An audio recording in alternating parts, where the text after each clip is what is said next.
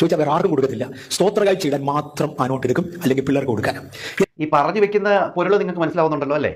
ആർക്കെങ്കിലും മനസ്സിലാകാത്തവരുണ്ടോ? പുള്ളി പറഞ്ഞു വെക്കുന്നത് നോട്ട് ബാങ്കിൽ പോയിട്ട് പുള്ളിക്കാരൻ നല്ല നോട്ടുകൾ മേടിച്ചുകൊണ്ടാണ് കുഞ്ഞുങ്ങൾക്ക് കൊടുക്കുന്നത്. ആ കുഞ്ഞുങ്ങൾക്ക് കൊടുക്കുമ്പോൾ അവർക്ക് സന്തോഷം ഉണ്ടാകും. അതോടൊപ്പം തന്നെ ഞാൻ സ്തോത്രകാഴ്ച ഇടാനും വേണ്ടി നല്ലതായ നോട്ടാണ് ഉപയോഗിക്കുന്നതെന്ന്. എന്ന് ആരോടാണ് പറയുന്നത്? അവിശ്വാസികളോടാണ്. നിങ്ങൾ നാളെ വരുമ്പോൾ ഇതുപോലെ നല്ല നോട്ടുകൾ വേണം എടുത്തുകൊണ്ട് വരാൻ. അതിന് പുള്ളി മക്കളുടെ ഉപമ പറയുന്നു, പിന്നെ പുള്ളിക്കാരൻ ഇടുന്ന സ്തോത്രകാഴ്ചയുടെ ഉപമയും പറയുന്നു. എല്ലാം നിങ്ങൾക്ക് മനസ്സിലായല്ലോ ഇല്ലല്ലേ?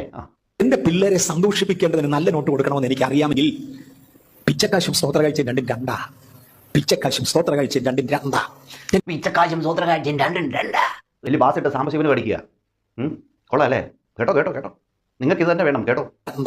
ഞാൻ ഇത് പറഞ്ഞപ്പോൾ ഇച്ചിരൂടെ തമാശയുള്ള ഒരു കാര്യം പറയാം. എന്റെ ചർച്ചിൽ ഞങ്ങൾക്ക് സ്തോത്രകാഴ്ച എണ്ണാനും വേണ്ടി ഒന്നും ഇല്ലായിരുന്നു. ആരംഭത്തിൽ 1983 ഞാൻ ചർച്ചിൽ ചെന്ന് ചുമതലയെടുക്കുമ്പോൾ 7 രൂപ 50 പൈസ കിട്ടിയ ആഴ്ചയില്ല. 7 രൂപ 45 പൈസ വരെ സ്തോത്രകാഴ്ച ദശാംശം എല്ലാം കൂടെ വന്നിട്ടുണ്ട്. 7.5 രൂപ തികച്ച് കിട്ടിയിട്ടില്ല. അന്ന്